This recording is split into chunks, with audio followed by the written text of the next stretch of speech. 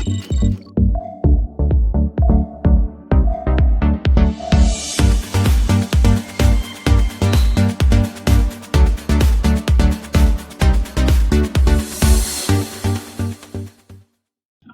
தமிழ் மக்களே வணக்கம். 2024 நாடாளுமன்ற தேர்தலுக்காக தேர்தல் அறிக்கையை திமுக தயாரிக்கவில்லை. திமுகவுக்காக தேர்தல் அறிக்கையை மக்களே முழுக்க முழுக்க தயாரித்து வழங்கியிருக்கிறார்கள். இது நிறைவேறினாலும் நிறைவேறாவிட்டாலும் ஏமாற்றியதும் ஏமாந்ததும் தமிழக மக்களாகவே இருப்பார்கள். ஏம்னாது மக்கள் தயாரித்த தேர்தல் அறிக்கை ஆயிட்டே, அப்படித்தான் அவர்கள் சொல்லுகிறார்கள். மக்கள் கேட்டவைகளைத்தான் இந்த தேர்தல் வாக்குறுதிகளாக நாங்கள் கொடுத்துள்ளோம். அல்லாமல் ஞானம் என்ற அம்மையும் மூளைக்க கடந்த அரைச்சி உண்டாக்கியதல்ல. அங்கே அயாள் பறையணும். இதை தயாரிக்க கனிமொழி தலைமையில் ஒவ்வொரு தொகுதியாக 38 தொகுதியிலும் போய் மக்களை சந்தித்து நீங்கள் எப்படி ஏமாற விரும்புகிறீர்கள் என்று கேள்விக்கணைகளை தொடுத்து தயாரிக்கப்பட்ட தேர்தல் அறிக்கை தான் இது. நாளைக்கு எவனும் திமுகவை குத்தம் சொல்லக்கூடாது. பார்த்தீங்களா, தமிழக மக்களின் விருப்பங்களை ஏமாற்றுவதற்காக தோற்றுவிக்கப்பட்ட கழகம் திமுக அப்படின்னு மக்கள் நினைக்கக்கூடாது. பார்த்தீங்களா, மக்களை சந்தித்து அவர்களின் உள்ளக்கடக்கையை ஆராய்ந்து பெற்ற கருத்துக்களை ஆராய்ந்து பார்த்த போதுதான் அவர்களுக்கே சற்று அதிர்ச்சியாகத்தான் இருந்தது. இப்படியெல்லாமா ஒருத்தன் ஏமாறுவான்? ஆளுநரை தூக்கும் அதிகாரம் தமிழக மக்களுக்கு வழங்கப்படும். செக்ஷன் 361 முற்றிலுமாக நீக்கப்படும். அதற்காக முதல்வரை நீக்கும் அதிகாரத்தை எங்களுக்கு எப்போ கொடுப்பீங்க அப்படின்னு எல்லாம் கேட்கப்படாது. உச்ச நீதிமன்ற கிளை சென்னையில் அமைக்கப்படும். அதற்காக விளைநிலங்கள் கையகப்படுத்தப்படும். அதைத் தொடர்ந்து எழும் போராட்டங்கள் இரும்பு கரம் கொண்டு ஒடுக்கப்படும். மாநிலங்கள் சுயாட்சி பெறும் விதமாக அரசியல் சட்ட திருத்தங்கள் செய்யப்படும். புதிய திராவிட நாடு உருவாக்கப்படும்.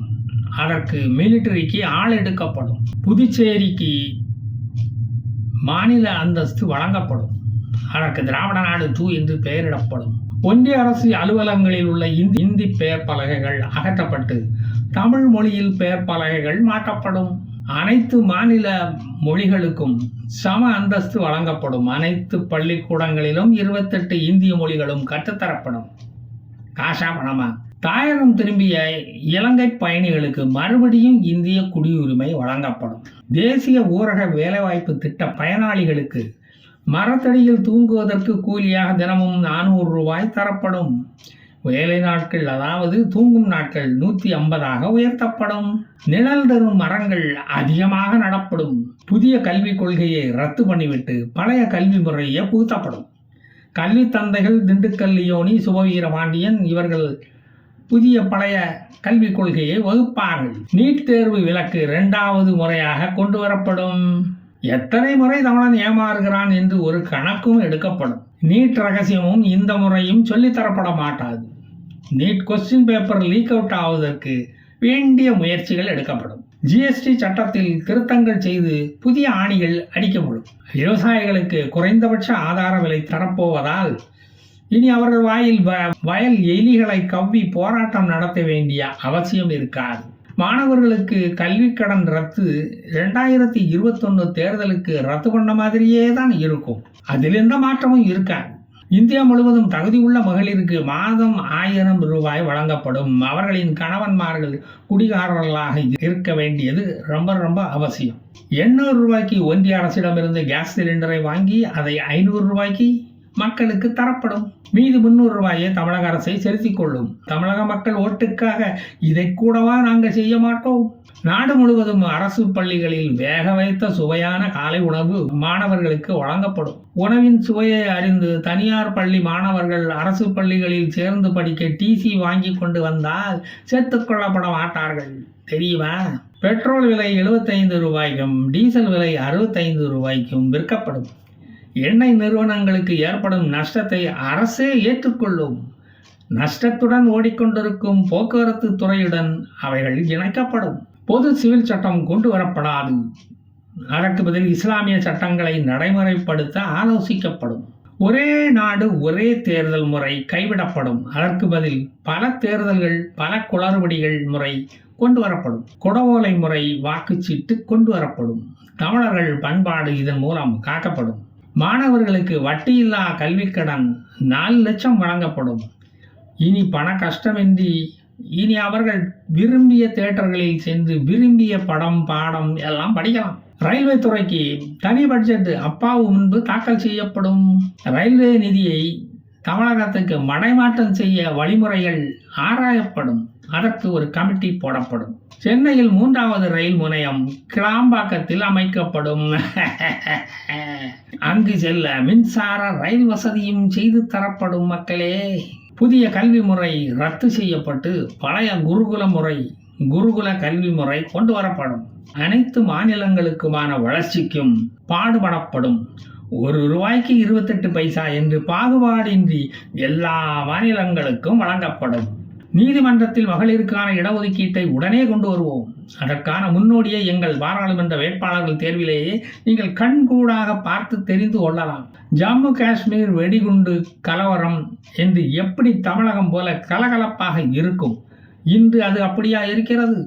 அது அமைதி பூங்காவாகி அங்குள்ள இளைஞர்கள் எல்லாம் பள்ளி கல்லூரிக்கு செல்லுகிறார்கள். 500 ரூபாய்க்கு கல்லறிந்தவன் எல்லாம் ஒன்றுக்கும் உதவாத கல்லூரி படிப்பு படித்துக் கொண்டிருக்கிறான். இந்த அநியாயத்தை தட்டி கேட்பார் இல்லையா? அதனால் ஆர்டிகிள் 370 நீக்கப்பட்டதை நாங்கள் நீக்கிவிடுவோம். மோடியால் 23 எய்ம்ஸ் மருத்துவமனைகளை தான் இந்தியா முழுக்க கொண்டு வர முடிந்தது. ஆனால் கலைஞர் ஆட்சியில் 25 தனியார் மருத்துவக் கல்லூரிகளை திராவிட மந்திரிகளுக்கு சொந்தமாக்கி அழகு பார்த்தோம். 23 பெருசா 25 பெருசா நீங்களே சொல்லுங்க. வட்டார அளவில் விளையாடப்படும் கிச்சி தாம்பாளம், கிட்டி புல், பன்னிச்சாட்டம் போன்ற விளையாட்டுகள் மாநில அளவில் பிரபலப்படுத்தப்பட்டு தேசிய விளையாட்டாக ஆக்கப்படும். போதை மருந்துக்கு ஆளாகும் மாணவர்களை கண்டுபிடித்து அவர்கள் போதை தெளிந்ததும் அவர்களுக்கு மருந்து சப்ளை செய்தவர்களை கண்டறிந்து அவர்கள் கடுமையாக எச்சரித்து அனுப்பப்படுவார்கள்.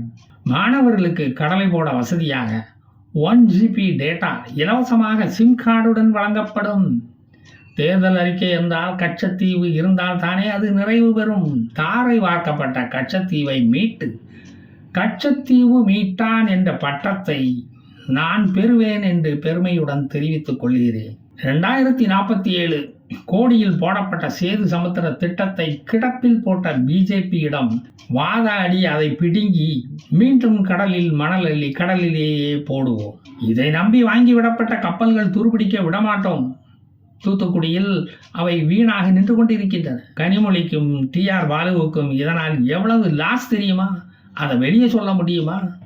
சொன்னா ஈடி வந்துருவோம். திருடனா பார்த்து திருந்தாவிட்டால் திருட்டை ஒழிக்க முடியாது என்பது போல ஏமாறுவானா பார்த்து திருந்தாவிட்டால் ஏமாற்றத்தை தவிர்க்க முடியாது என்பதுதான் இந்த தேர்தல் அறிக்கையின் சாராம்சம். தமிழனை எவ்வளவு முட்டாளாக கருதி இருந்தால் இந்த தேர்தல் அறிக்கை குழு ஊரா போய் இப்படி சிந்தித்து இதை தயார் செய்திருப்பார்கள். ஒருவேளை தேர்தலில் ஜெயித்து மத்தியில் ஆட்சியை பிடித்து விட்டால் தான் இதெல்லாம் செய்ய முடியும் என்று அவர்கள் சொல்ல முடியும். தமிழ்நாட்டில் ஜெயிப்பதற்கு தான் இதை நாங்கள் சொன்னோம் என்று கூட அவர்கள் சொல்லுவார்கள். தேர்தல் அறிக்கையை தயாரித்த தமிழக மக்கள் தான் இதற்கு பதில் சொல்ல வேண்டும். அதுவும் ஏப்ரல் 19ஆம் தேதி அன்று மட்டும் சொன்னால் போதும். தவிர திராவிடம் இதற்கு பொறுப்பே அல்ல. இது திராவிடம் சொல்லாத இன்னொரு ரகசியம்.